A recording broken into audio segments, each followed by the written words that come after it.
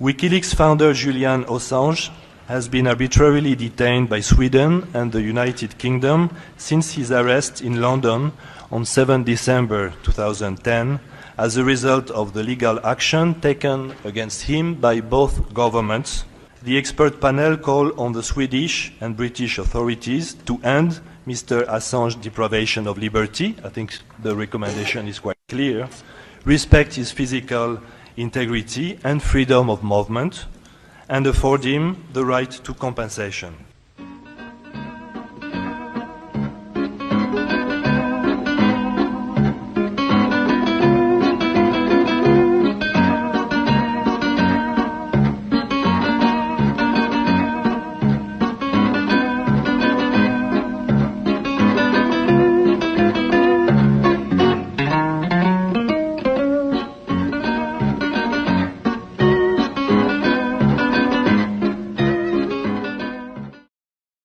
Okay, that was Christophe Pouchot at the very top, spokesperson for United Nations, chair of arbitrary detention, whatever it's called. It's been 6 years since he came out and made that statement. And of course, it's fallen on deaf ears. You have the great Nils Melzer with his report. It's fallen on deaf ears by the powers that be in DC and everything else down the pike, Amnesty International, ACLU, all these other Reporters Without Borders coming out in support of Julian Assange. And it just, has no effect because the script has been written. By the way, I'm Randy Critical. This is Randy Critical Live on the Fly with a special edition of Assange Countdown to Freedom here on the Progressive Radio Network. I just want to make a few statements or comments, announcements before we get underway here with the show that I have planned today. First of all, I want to say a very happy birthday here, June 6th, which everyone knows is D-Day, June 6th, to the person that really helped found this show, Assange Countdown to Freedom, and that is civil rights attorney Margaret Ratner Kunstler. It was way back. She got Julian on my show August 25th, 2016. And then later on, 5 or 6 months later, April 11th, she helped conceive this concept, Assange Countdown to Freedom. And that was April 11th, 2017. And it began with Julian Assange. And we're going to be playing, by the way, happy birthday, Margaret. Thank you for all that you have done and do. But we're going to be playing excerpts from that first year of Assange Countdown to Freedom today. And I'll get to that in a minute here on the Progressive Radio Network. We'll get to that in 1 minute. But another thing I want to convey is that on the 18th, June 18th, we've been doing these shows for the past 6-7 months, beginning in DC, then back and forth to DC and in New York, called Stand-Ups for Assange. And next week on the 15th, 16th, 17th, and 18th, the father of Julian Assange and the brother of Julian Assange, that is John Shipton and Gabriel Shipton, respectively, will be in town, and they're leaving on the 19th. So on the 18th, we're giving a big Stand-Ups for Assange going away bash at the Theater 80 St. Mark's. We plan to. Right now, it's I don't have all of the information. There's a wonderful show that is in the works on the 18th. If you want to find out about it, you can email me at Assange Countdown to Freedom at gmail.com or Credico2014 at gmail.com. Right now, we're looking for sponsors to that event because it's a big, ambitious show, and anyone who or any organization that wants to be a sponsor of that show, please email me at Credico2014 at gmail.com or at Assange Countdown to Freedom at gmail.com. And we got people involved already, NYC Free Assange, our good friends Bernadette and Chuck, and I know Kelly's down there. Maybe she'll be doing the live stream, if we live stream. I don't know, but we're still in it. I'll know tomorrow, Tuesday, the 7th, if we're doing this. But right now, I plan on it happening. But you don't know. We do need sponsors for this event. And that's Kelly Lane I'm referring to. She's the engineer and editor of Assange Countdown to Freedom. So I think what we're doing today, it's not like I know what we're doing. We're going to be playing excerpts of that first year because we're at a critical stage right now. Assange comes to this country, it's really over. It's once he's here, it's like gone, So we're fighting very hard, everything we have to try to stop it. And all I can do today is for this show is I want to play past excerpts of shows with the Assange family. That is Julian, his mother, and his wife. We got them all the very first year, all three of them the very first year. And we're going to start with our interview with Julian at the onset of Assange Countdown to Freedom, which is from April 11th, 2017. And we're going to go to that right now, and we'll talk on the other side. One of the, as I said, stars of that film is the great publisher, also from Australia, Julian Assange. Thank you, Julian, for joining us today. G'day, Randy. Can you hear me? Yes, I can. Thank you for being part of this. I've been trying to get you for about 6 months now, and I'm thrilled that you are on. I have the greatest journalist on the planet and the greatest publisher on the planet at the same time, and both are from Australia. You've known John for a long time? I've certainly known of him for many decades, and I've known him personally for maybe 8 years now. And he's been a big supporter in the situation that I'm going through in this country. Yes, and let's talk about that, what you're going through. A lot of people really don't understand why you are there. What did you do to be there and be a political prisoner inside that embassy? Well, it's interesting. Do you need to do something in order to have a kind of modern interstate system make life very difficult for you and detain you without charge, in my case, for 7 years? I'm not sure you do. That's part of the problem when justice becomes arbitrary. The system doesn't just strike out at its critics.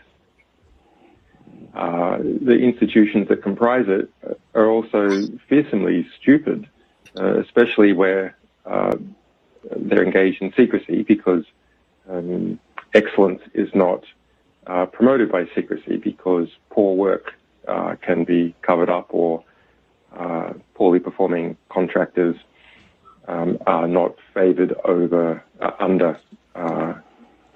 contractors that perform well. So I'm not sure you do actually need to do anything wrong. The system can just come down on your head, and you can be swept up in it for decades.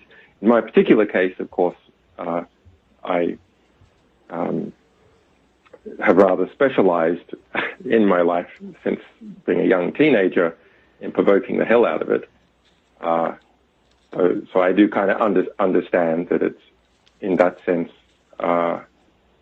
it's to be expected in the sort of world that I am living in, which is exposing these large and powerful organizations. And of course, by definition, if they're large and powerful, they have an ability to suppress their critics in one way or another. And I wouldn't say that it's particularly about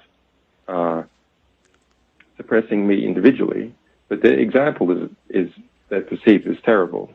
It's like Cuba itself was, at least post-Cuban Missile Crisis, strategically not very important, but as an example to the rest of Latin America, it was extremely important in encouraging defiance of the will of the U.S. government and the various security complexes that make it up.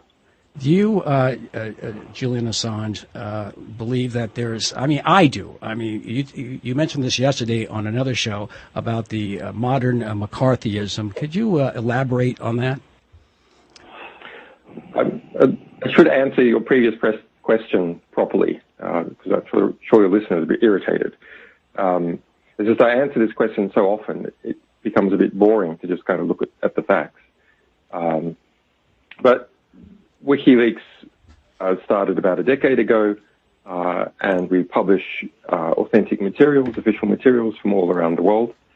The US produces an unusual number of them, so we tend to publish more from the US than from other countries. And that's easily understandable when you realize that the US has the most amount of money going into the secret state. So there's more than 5 million people in the United States with security clearances, well over 1.3 million with top secret security clearances. So that effectively is a state within a state. And then the cultural values expressed in the United States, its own self-story, has some honorable cultural traditions, and those come in conflict with the reality of U.S. foreign policy. So the tension between the two produces incentives for whistleblowers and dissidents to emerge. Then simply the scale of it means that quite a number of them do emerge. And so a grand jury was started in 2010, what the US government internally called a whole of government investigation, criminal and intelligence investigation against me and other people in WikiLeaks. One of our alleged sources, Chelsea Manning, was sentenced to 35 years in prison. He was severely abused in 2011, 2012. UN Special Rapporteur on Torture formally found that he had been subject to cruel and inhumane treatment. That grand jury continues on in my case, and the US government has just announced that it has expanded it to also include our recent CIA publications. It's run by the National Security Division of the DOJ and by the Criminal Division of the DOJ. It's a big thing. It spread agents all over the world, chartered private jets to Iceland, pulled people back to be secretly interrogated, coercively forced people to testify, and it's a there's an extensive series of legal maneuvers by my lawyers and the lawyers of Chelsea Manning, and also some NGOs in the United States to try and check that ongoing process. And in response to that, the government of Ecuador gave me political asylum in 2012, and there's a variety of complications of other legal processes. And I've been physically in the embassy since that point in time. Let me just kind of conclude with the most recent developments. On the 5th of February 2016, the UN announced its formal finding. I sued the states of the UK and Sweden at the United Nations, and I won, and it was ruled that I should be released immediately and compensated. The UK then appealed that ruling, and it lost on the 11th of November. I see. And so where does it stand now? What is the legal battle ahead at this point in time? I mean, it's a two-front battle. You have the U.S. and then you have these trumped-up charges from Sweden. No charges, Randy. No charges. I'm sorry, trumped-up I have never been allegations? At any point in time. Okay, all right. So you've never been charged with anything, that's the deal. You've never been charged. I'm sorry that I said that, but they keep throwing that out there. And so why does Sweden want you? Well, Sweden has shifted in its position. So Sweden became well known in the. This is an interesting story. I will try and get through it quickly. Going back to the 1920s, Sweden entered into that period of European utopianism that was there both on the Nazi right and that was present in the left. Both those elements were strongly present in Sweden, including the Nazi Party. Sweden itself had a relatively new vision of democracy. It's not, if you look at its origins, it's not really part of the Western European cultural process. It introduced political parties about the turn of the century. Then when it entered into World War II, it allied with Nazi Germany up until 1944, when it saw that the Nazis were going to lose, and then it started to shift its alignment to the United States. But it never properly denazified. There was no revolution or anything like that. And in the war period, Sweden became very rich. I'm not from Sweden, but I'm an Australian, but I've become a bit of a Sweden nerd. In the war period, Sweden became very rich by breaking sanctions and setting up a lot of German fronts within Stockholm and shipping about 40% of all the iron ore to the German war machine. So it came out at the end of World War II with about 2 decades of advancement compared to the rest of Western Europe, and was one of the wealthiest countries in the world of any size. Its nearest rival being the United States. So it leapt forward about 10 years in terms of economic development, and the rest of Western Europe went back about 10 years. The result is that Sweden took on an appearance of accelerated modernity, and the utopian elements that had existed in the 1920s came together in this post-war period to produce not a classical social democracy, but something rather different. Sweden is the most oligarched country in Western Europe. What does that mean? It means that just a few families control more of the wealth in the country than any other country in Western Europe. I had no So idea. these giant Swedish industrialists were never stripped of their power by revolution or liberation as a result of kicking out an occupying force.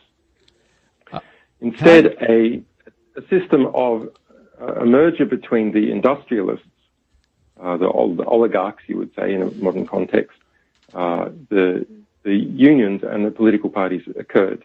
And that ended up producing what we would call a Swedish social democracy.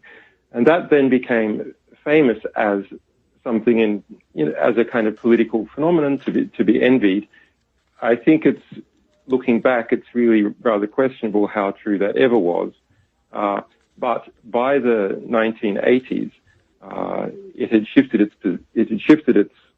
position and started to publicly ally itself with the West, but no one really cared by that point in time. Under the surface, it had entered into a secret intelligence sharing agreement by 1954 with the GCHQ in the United Kingdom and with the National Security Agency in the United States, and that went to a mass surveillance agreement in the early 2000s, and the Swedish military-industrial complex, which is a big part of the Swedish economy, sort of became very tightly integrated with the US and UK supply chain. So Sweden, as a state, it has its problems like all states. It has some good things going for it, but it is not in any way independent from the United States, unfortunately. Well, I thank you for that history lesson. I had no idea. I mean, I look back at Sweden in the 80s. John Pilger is on the other line talking about Nicaragua. Olof Palme certainly helped out Nicaragua a lot, and that's the vision I have of Sweden back in the 80s. And I thought it was just recently they drifted on this right wing course. But that's it's been happening. It's been happening since at least '86, when Olof Palme was assassinated in Sweden. Yeah, but I mean, there was a period of time, about 5 years really, where Sweden was supplying about a quarter of the budget of the ANC, not for very long, and was also taking a number of refugees from Chile under Pinochet, routed through its embassy system and so on. So it's interesting to think what that was about.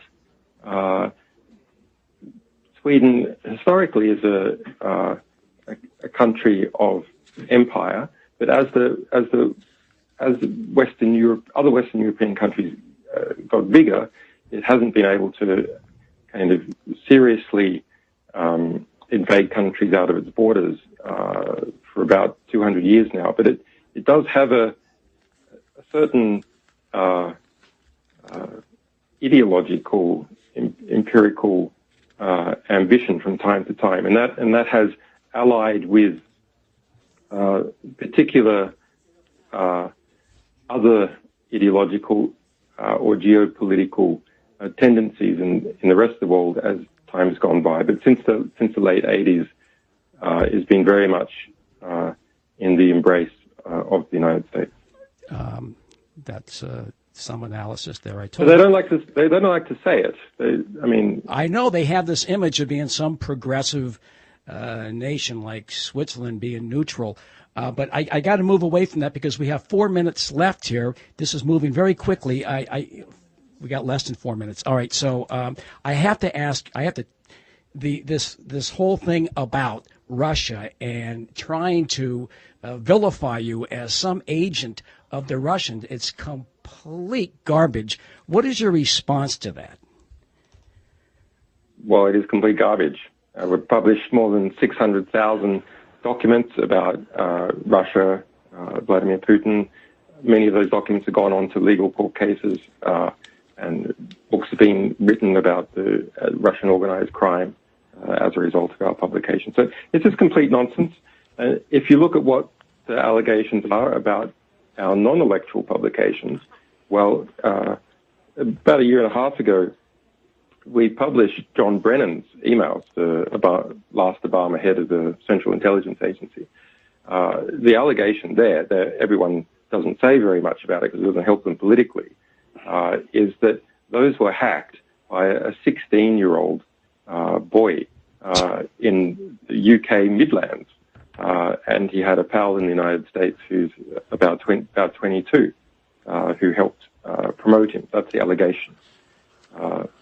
And they've been formally charged. Our most recent publication about the Central Intelligence Agency, a very serious publication. In fact, it's the largest intelligence publication in history, or will be by the time it's complete. Definitely the largest known intelligence leak in history. The allegation by the U.S. government is that originates from a contractor. They haven't worked out which one yet, they say, but that's the allegation. So, yeah, I mean, it's very boring in a way. It's Democrats. Yeah. It's kind of really, it's obvious stuff. It's the Democratic Party, normally on election loss, would go through a hell of a recrimination game and see who was responsible for the loss and purge them from their positions of influence and replace them with others. Right. That was a historical moment that the Democrats could have had. They certainly could have.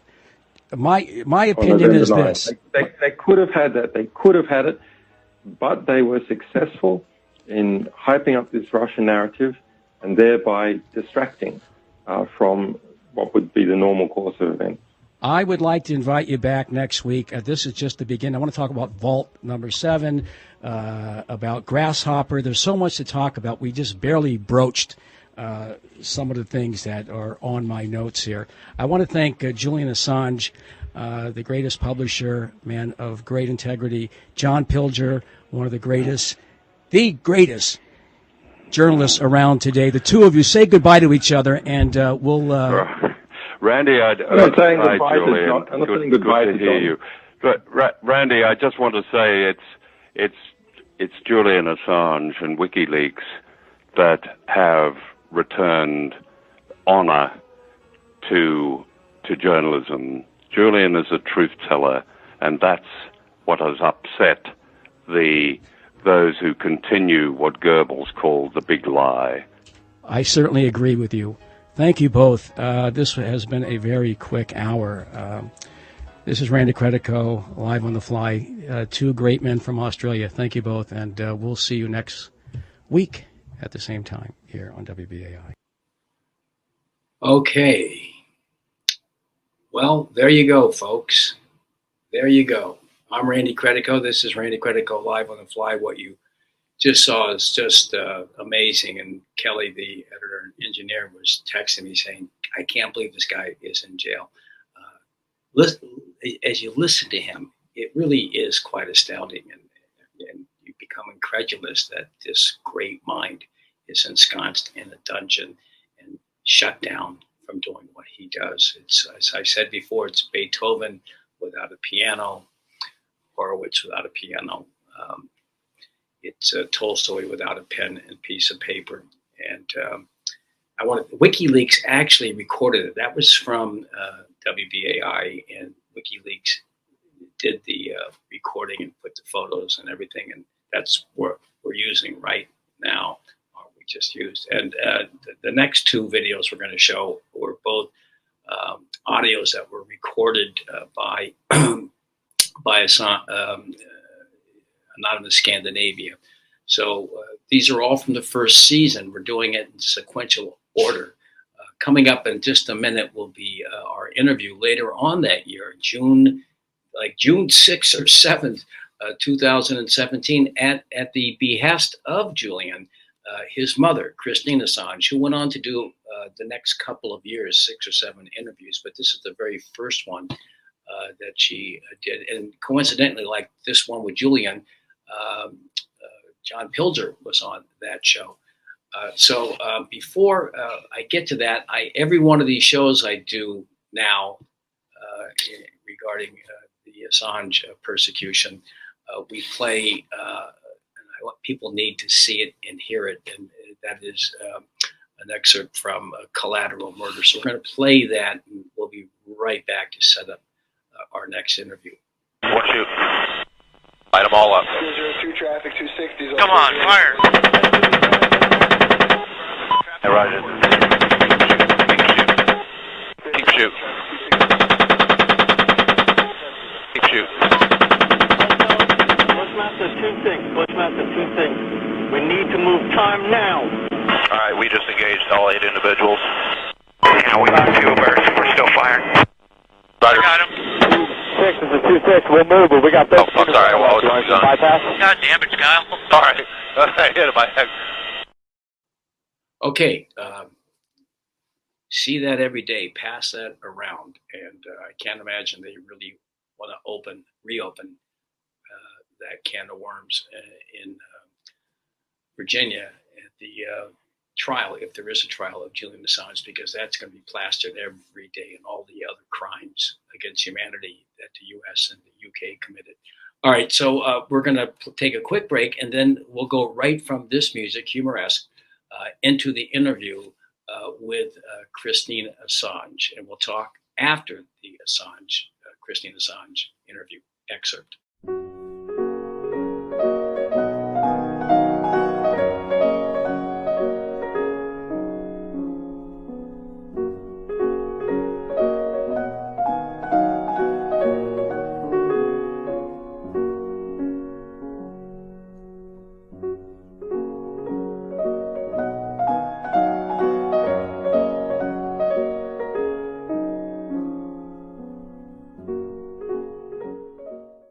Been reluctant to ask you to be on the show. I always thought it was a good idea, but I've been reluctant because I know that, you are going through a lot. You haven't seen your son in a while, and I didn't want to exploit that, but, we kind of connected, and here you are.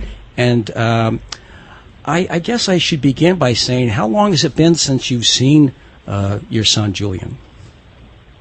A number of years. And But we communicate. We communicate. Yes, you communicate, but it's not the same. He's so far away.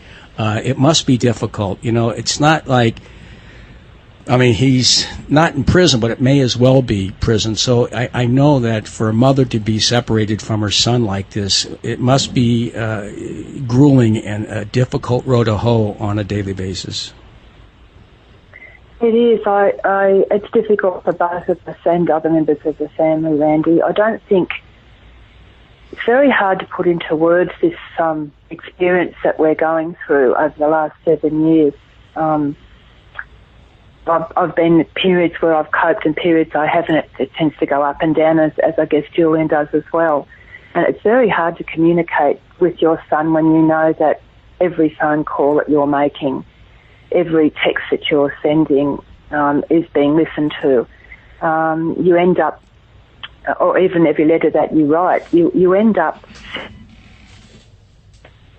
that it's almost useless trying to communicate anything real.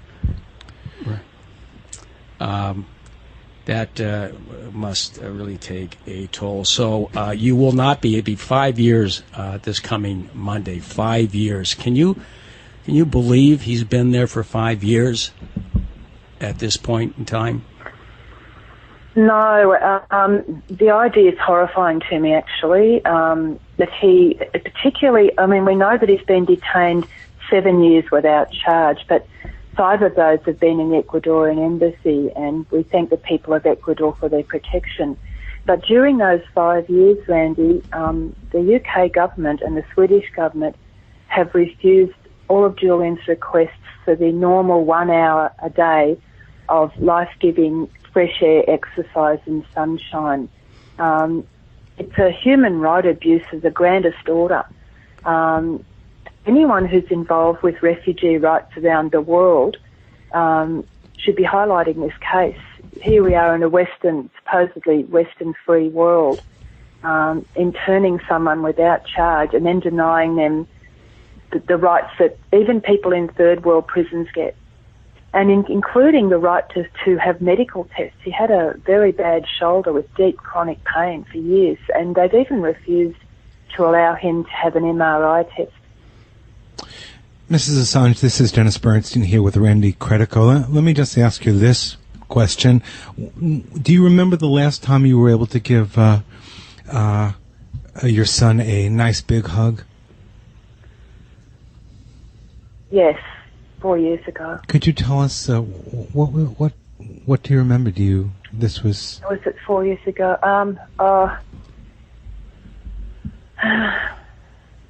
It's so taken up with all the fighting, Dennis. It's very hard to explain it. But it was when I left. I gave him a big hug when I left the last time. I was only over there for a few weeks. I've actually got a sick family member back here that I have to look after, who is struggling with cancer. She's struggling with cancer and several years beforehand. Could you talk a little? But probably the best time I remember him is the one that the picture you've got on your show of me and him with his arm around me.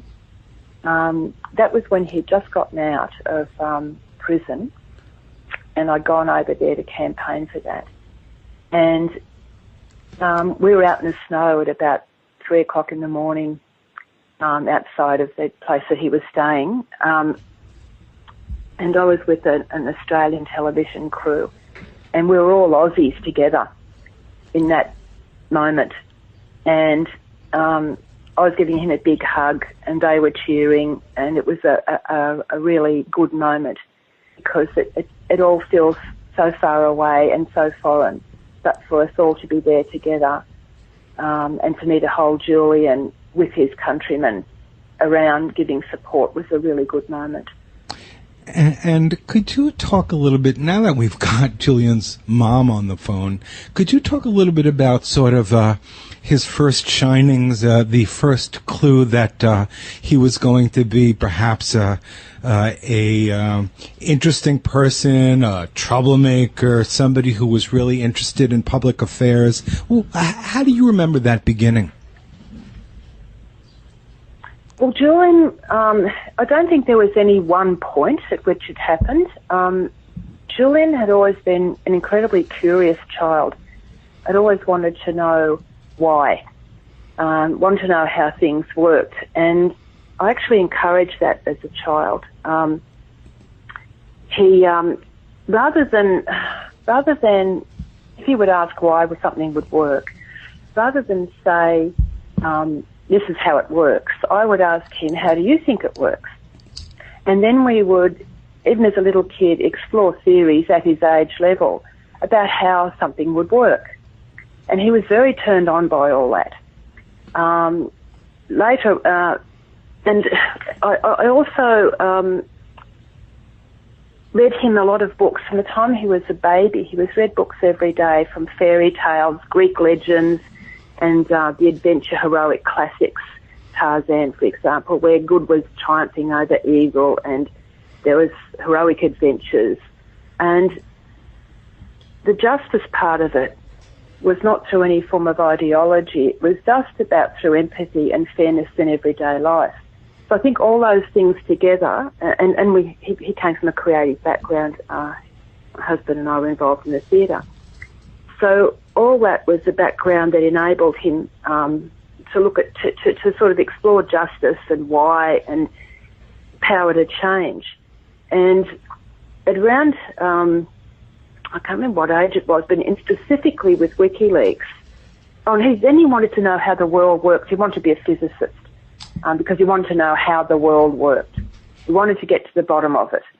And he went to University of Physics, and he was disappointed that most of the job opportunities were involved in working for the US government, in developing weapons, etc., surveillance. He wasn't very happy with that. And then the next thing I remember, he said, we were having a discussion about what would make the change in the world. We're talking about some of the ills of the world, and what, I asked him, what do you think would lead to a change? And he said, I think that there's only two possibilities for change. One is a cataclysmic event that would knock some sense into people because they have to re-look at their environment.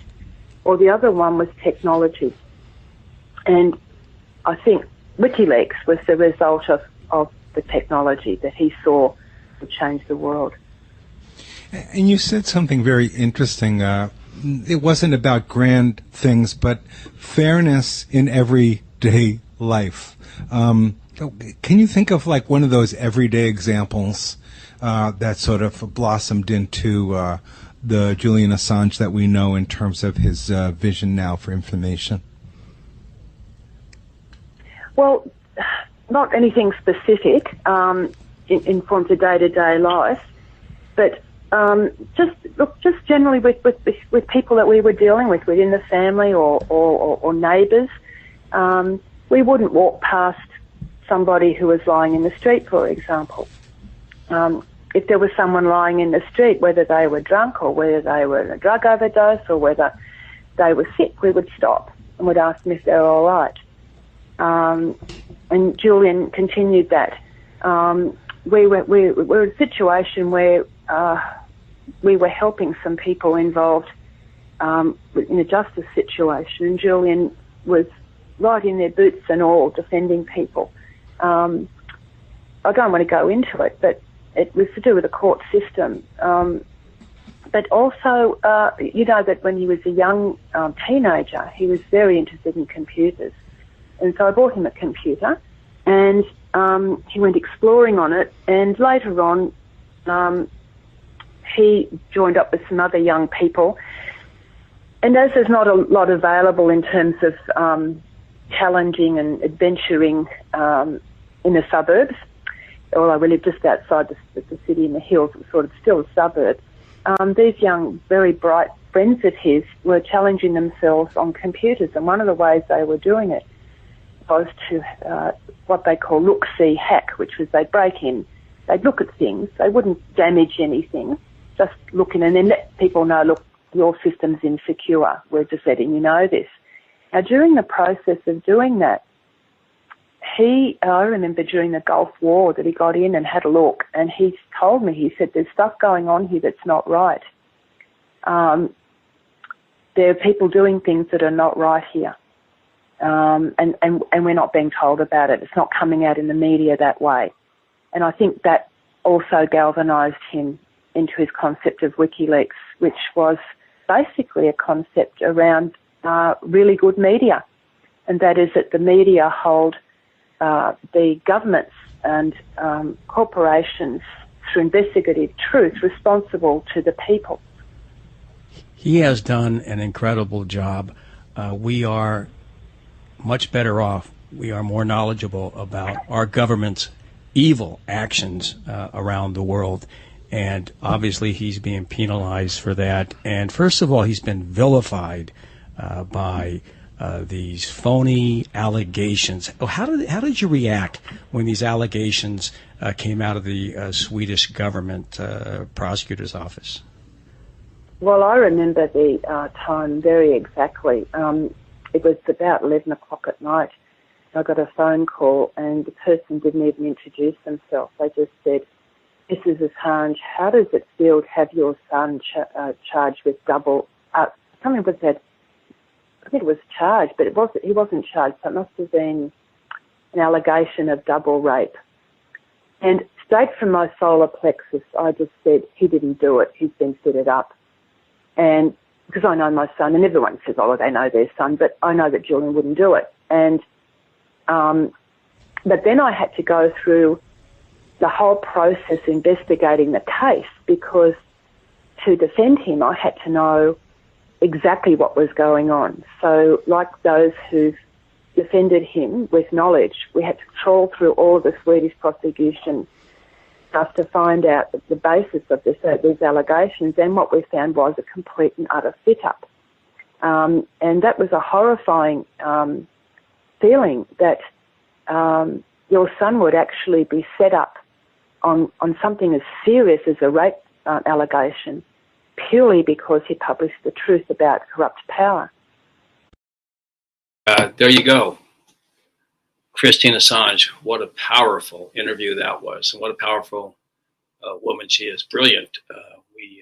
That was Dennis Bernstein, by the way, because he came into the studio at WBAI, and we put it on WBAI, and we put it on at KPFA that day. I'm Randy Credico. This is the Progressive Radio Network.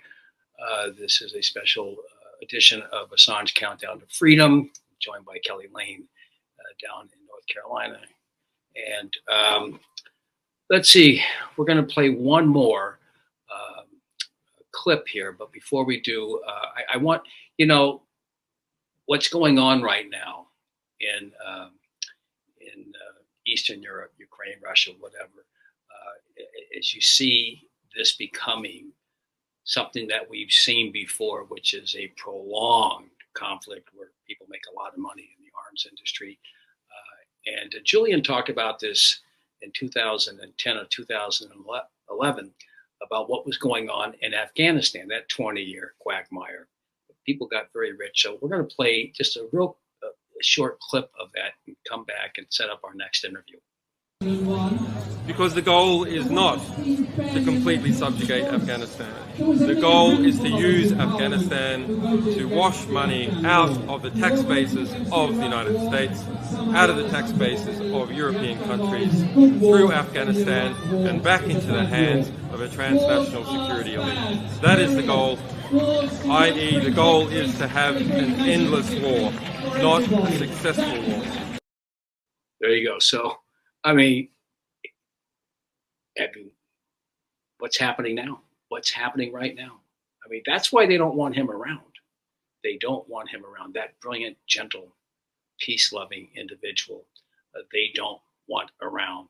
But we need him. And so we got to continue to fight. So we got one more interview, and later that year, and Dennis was in the studio with me as well, or maybe he was in KPFA, and we interviewed Julian, and we're not playing that, but afterwards, his lawyer,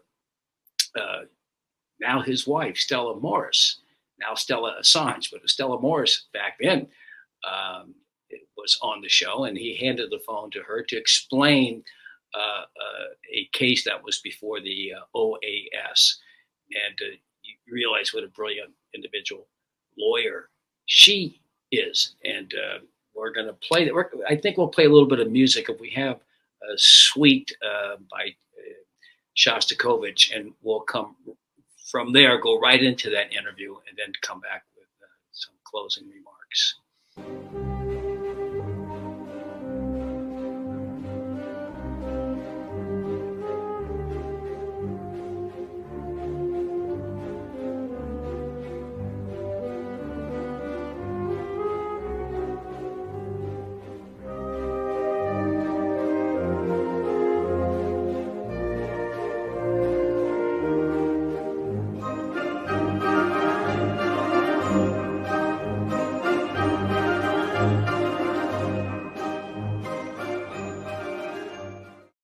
All right, first we're going to go to. We talked about his Julian's case right now. We just spoke to him about the case before the Inter-American Court. We're being joined by one of his many superstar attorneys, Stella Morris. Stella, welcome to Live on the Fly. Hi, Randy. Hi, Dennis. Hello. Thanks for having me. All right, so I've got like a stack of papers here that I downloaded today that were sent to me, and all of these amicus briefs. And I got to tell you, it's as thick as War and Peace on acid. So I'm not an attorney. Can you just tell us exactly when is this going before the Inter-American Court? And just tell us first, what is the Inter-American Court as opposed to the Organization of American States? Is it part of it? Well, the Inter-American Court on Human Rights is one of the organs that come out of the OAS. There's also the Inter-American Commission on Human Rights. And the Inter-American Court considers both cases and issues advisory opinions. So in this case, it will issue an advisory opinion which will address some of the legal difficulties that have come about as a result of the standoff between the UK and Ecuador when Ecuador issued asylum to Julian Assange in 2012. So Ecuador initially filed this with the OAS, or the Inter-American Court. So that was filed, and this is to get not an opinion, but to get a determination. It requested an advisory opinion back in 2016, and then the court opened up the process to consultation, and the response has been really spectacular. As Julian covered a lot of ground, actually. 55 amicus briefs, so briefs written by NGOs, legal academics, member states, expressing their opinion on the questions before the court. And one of my colleagues, Baltasar Garzón, who you will probably know from his attempt to prosecute the Chilean dictator, Pinochet, he wrote a brief, and 22 further individuals and 9 other organizations also signed that. So in reality, we're talking up to something like 80 different organizations and individuals that have actively participated in this process. And why has there been such a phenomenal response? Well, partly it's because this is the first international consultation on the scope of asylum in 41 years. The last one was back in 1975 when the UN Secretary General opened up these questions and states could reply, and there's a very detailed report from back then. But then there's also the global refugee crisis. As you know, it's terrible here in Europe. Last year, 5,000 people died in the Mediterranean, probably many, many more. over 1 million people cross the Mediterranean to seek asylum. Some of them are migrants, others are asylum seekers. So it's really a crisis, very timely advisory opinion. And, of course, Julian's case is also kind of in the background because Ecuador was the one to request the advisory opinion. Dennis?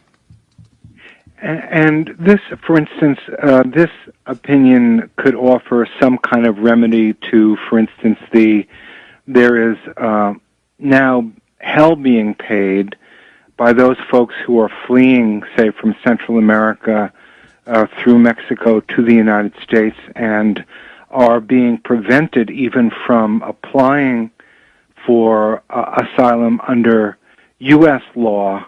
Would this be a way to have sort of a regional or hemispheric remedy for the denial of this human right that is supposed to be given under United States law? Well, the impact of an advisory opinion of this nature is that it informs the interpretation of international obligations. So yes, it may have an impact in that situation. In relation to states like Australia that use offshore processing as a means to remove rights from asylum seekers, the court will likely come to a conclusion that will help those people to be able to, enforce their rights vis-a-vis Australia. The decision that the Inter-American Court comes up with, that will influence other international courts? Yeah, that's right. The Inter-American Court on Human Rights is like the European Court on Human Rights, and if you look at advisory opinions and judgments, you'll see how these international courts refer to each other, to each other's case law. So that's the effect. But I'd like to just talk a little bit, very briefly, about Julian's situation right now and the UK. So the UK and Ecuador have had this standoff. As you know, the UK doesn't recognize Julian Assange as a refugee. But there is no question legally that he is a political refugee. And he's a subject of political persecution by the US establishment and its allies. And they don't even seem to feel that they need to hide it. They instituted a banking blockade back in 2010. You have the director of the CIA that dedicates talks not about the threat posed by instability in the Middle East or the bomb in North Korea, but WikiLeaks and Julian Assange. And so I think that it comes down to the symbolic significance of Julian Assange as a political refugee. Back in during the Cold War, political refugees were ideological bullets that were piercing the Iron Curtain. And so a real democracy doesn't produce political refugees, right? They nurture dissent, they nurture freedom of the press and freedom of conscience. And so him as political refugee is actually a huge threat symbolically. And that's why the UK cannot accept him as a political refugee. Would you say that what he has gone through 5 years there, is that borderline torture to you? Absolutely. I mean, prisoners have better conditions than Julian Assange has here. He hasn't seen sunlight in over 5 years. He hasn't been able to breathe fresh air. The conditions inside this embassy are really, really restrictive. I think people who come here, even if they hear about this, when they come here, they can't believe it's this small and it's this constricting, and it's just incredible that he's managed to survive and stay sane all this time. It really is. He is such a resilient individual, and He continues to work very hard. I know that I know people who've been in there. The conditions are really horrendous and oppressive. And I suppose there must be a heat wave going through London at this time, like there is here. And there's no air conditioning there. There's no air. And so to me, it definitely is torture. What do you think is the prospect, or what do you think is going to happen when this is filed coming up in the next few months? Well, the situation. It's in August, right? Sorry. When the next step? When is that? Well, the next step is that the Inter-American Court is holding a series of open hearings, and the court then retreats to write its opinion when it's heard all the opinions. There were so many amicus briefs that were presented that they don't have enough time to study each in detail. So they invited all the organizations and people who submitted to present in person. And then so the decision is probably coming down. The advisory opinion next year. Well, we have time for just one. We have to go to the 6 o'clock hour and switch over. We're going to be back with Barrett Brown. Dennis, do you have one last question you'd like to ask? No, I think I'm good on this. I'm just wondering, was this the same court that can offer protection like before the murder of Berta Cáceres? I believe the Inter-American Court called for her to be protected because based on a series of death threats. Would this be within the purview of the court? That they could take an action to protect a human rights activist? Yeah, that's right, but not directly. It would first have to go through the Inter-American Commission, which would then take it to the court. I see. So at a certain point, Julian Assange could ask for this kind of protection if he felt endangered. That's right. And, the UN Working Group on Arbitrary Detention, in its findings, found that the UK is violating his Article 7 right of the ICCPR, which is cruel, inhuman, and degrading treatment. So he could take that action, and we're preparing a series of actions, and that's definitely one of the possibilities. Why do you think the UK finally is doing this? I mean, are they acting with autonomy here with this decision? Are they totally influenced? Are they a vassal state of the U.S.? I don't think it's just that. They have their own motivations, and they've invested a lot of prestige into this situation, and so they're not going to let go easily. But at the same time, the situation is becoming more and more untenable. It was already untenable before. He was never charged. The 12 million, probably much higher, probably 20 million US dollars spent on surveillance around this embassy. There's no justification. It's a clear case of political persecution. It's amazing. He's got incredible support, not just there, but around the world. And it's important that people, you have this group that stands outside with the vigils. That's important, isn't it, that people continue to show up?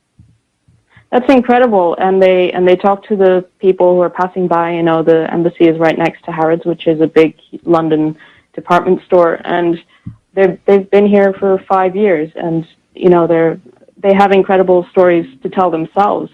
Their commitment comes from deeply personal stories as well, where they've had to.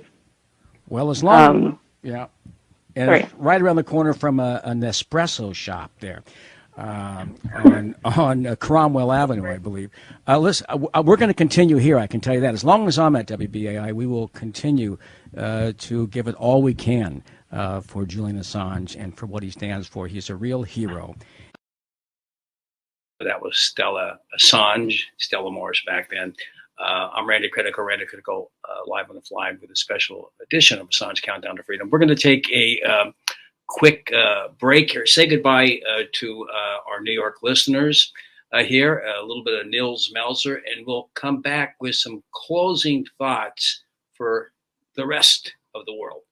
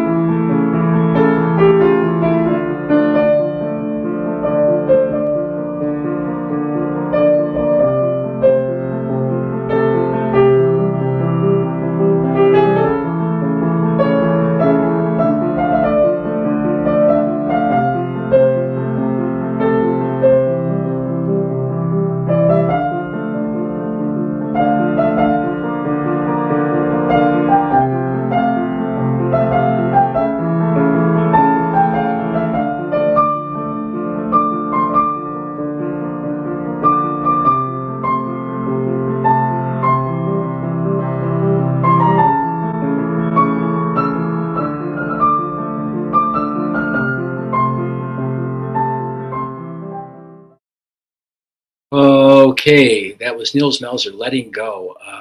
I'm Randy Credico, with Assange Countdown to Freedom. You've been listening to a special edition of Assange Countdown to Freedom, excerpts from 2017 with Julian Assange, Christine Assange, his mother, and then his wife, Stella Morse. Back then, Stella Assange now. And we hope this couple reunites outside and he can continue to do what he does.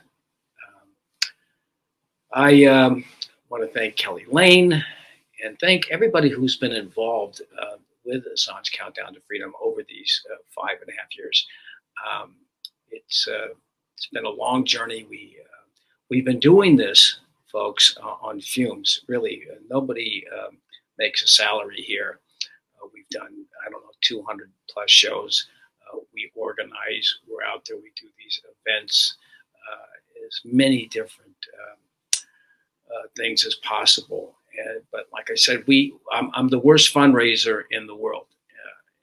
I've never had the ability to stick out a can and ask for some change, or just what I consider panhandling. This is a passion of mine, but we are really handcuffed. We just don't have the funds just to operate right now. So if you can support us, we don't ask for a lot of money. There's no salaries here, but just to continue to operate, like this event that's coming up that we have planned on the 18th. And I've done 6 events down in DC, just the comedy shows and going back and forth there to support vigils and rallies and demos and other direct action, and as well in New York. If we can get your support, please go to our website. It's just spell it out: Assange Countdown to Freedom. That's TO, not the number 2. Assange Countdown to Freedom.com, and throw in a few bucks if you can, so we can continue this work. And that is, we do have something planned on the 18th, and we got to get a room, we got to get acts there. There's a lot of things involved: lighting, and stagehands, and whatnot. The list goes on. So that's it. Thank you very much for supporting the show. I would like to thank Kelly and once again everybody else that has been volunteering, putting a lot of time into this to make it happen. If you would like to see it continue, please help us. That's it. We're going to go out here with our dear friend of Julian Assange, dear friend of the cause, and that, of course, is Roger Waters. And we'll be back next week. The Shiptons are in town, so we'll be having them on my WBAI show on Friday. Is it the 11th? I think it's maybe it's the 10th at 3 p.m. on WBAI 99.5 FM. Both Gabriel and John Shipton will be in the studio. So for now, thank you, and here's the great Roger Waters, The Bar.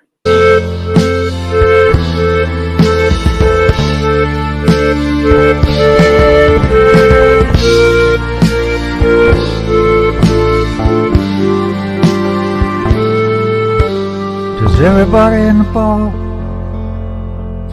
feel shaky? Lord knows I do. I guess we all feel pretty much the same. Kinda wore out by this crazy fucking soup. The smell of napalm with the cornflakes, the chafe of killing everything that breathes, imposing sanctions on the lady down the street.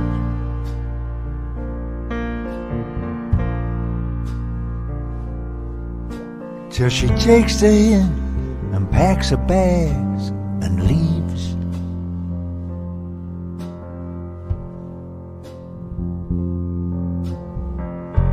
Come on in here, sister, and set a spell. You're almost welcome in the bar. We may seem few, but we are many. Have you been traveling for? The girl who brought you in here is Lakota from Standing Rock, where they made their stand. So from Fort Yates, North Dakota, here's a message for the man.